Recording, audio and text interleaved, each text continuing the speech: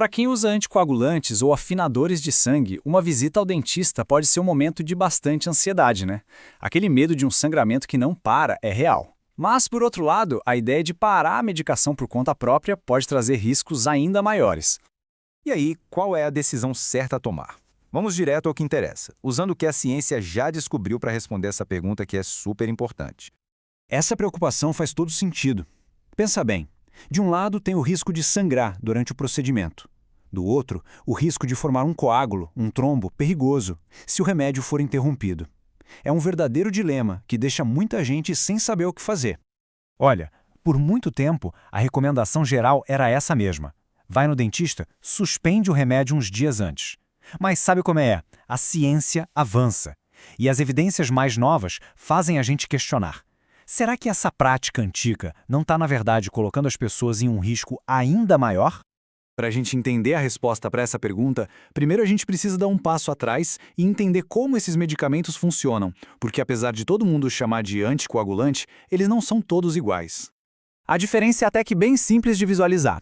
Pensa nos antiplaquetários como se eles passassem um teflon nas plaquetas do sangue, impedindo que elas grudem umas nas outras para formar um trombo. Já os anticoagulantes agem diferente, eles atrapalham aquela cascata de reações químicas, tipo um efeito dominó, que leva à formação do coágulo. São dois jeitos diferentes de chegar no mesmo objetivo, evitar a trombose. Esses aqui são alguns dos nomes mais famosos.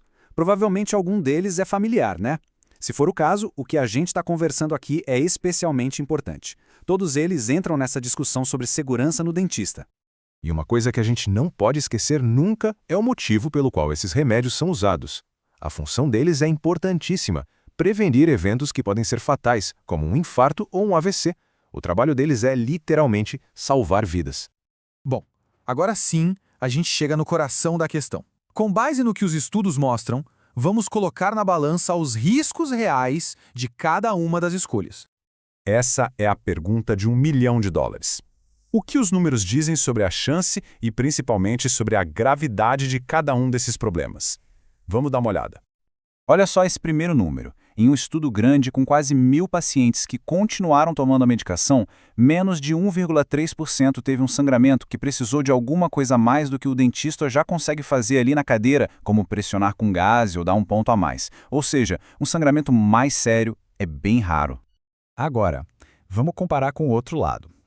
No outro grupo de pessoas que pararam de tomar o remédio, quase 1% sofreu uma complicação grave por formação de coágulos, coisas como infartos e derrames.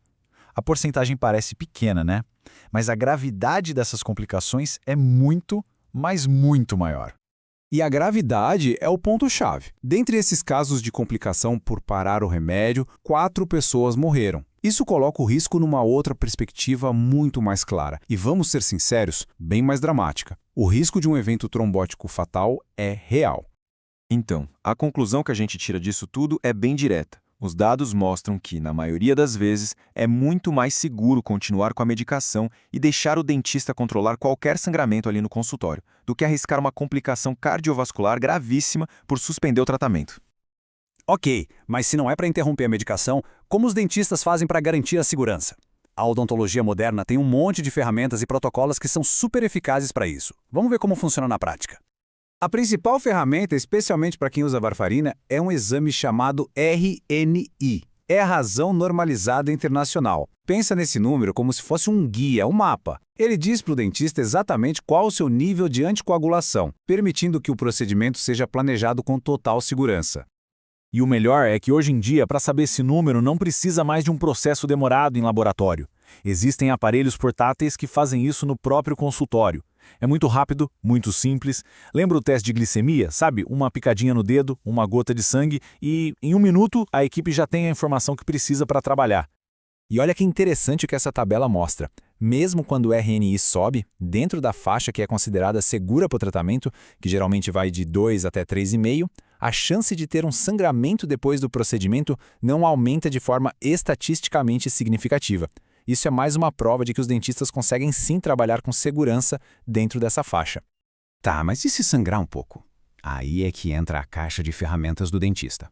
Existem várias técnicas locais super eficazes, desde usar anestésicos que fecham um pouco os vasos sanguíneos, até aplicar esponjinhas que ajudam a coagular e dar pontos bem cuidadosos. Tudo isso ajuda a controlar o sangramento ali, no local, sem precisar mexer na medicação geral do corpo. A segurança é sempre um trabalho de equipe. Dentista, médico, todo mundo tem seu papel. Mas quem está passando pelo tratamento também é uma parte fundamental desse time. Então, para resumir, aqui está um plano de ação bem prático. Primeiro e mais importante, a comunicação. Sempre conte tudo para o dentista, todos os remédios, todas as condições de saúde. A regra de ouro é: nunca, em hipótese alguma, pare o remédio por conta própria. O ideal é que o dentista e o médico que receitou o remédio conversem. E uma dica boa é marcar o procedimento de manhã, porque se acontecer qualquer coisinha, tem o dia todo para resolver com calma. E para a gente terminar, fica essa reflexão. A ciência está sempre evoluindo, mas algumas práticas antigas, alguns mitos, demoram para assumir, né? Estar bem informado, questionar e buscar informações baseadas em evidência é sempre o melhor caminho para cuidar da saúde e tomar as decisões mais seguras junto com os profissionais que te acompanham.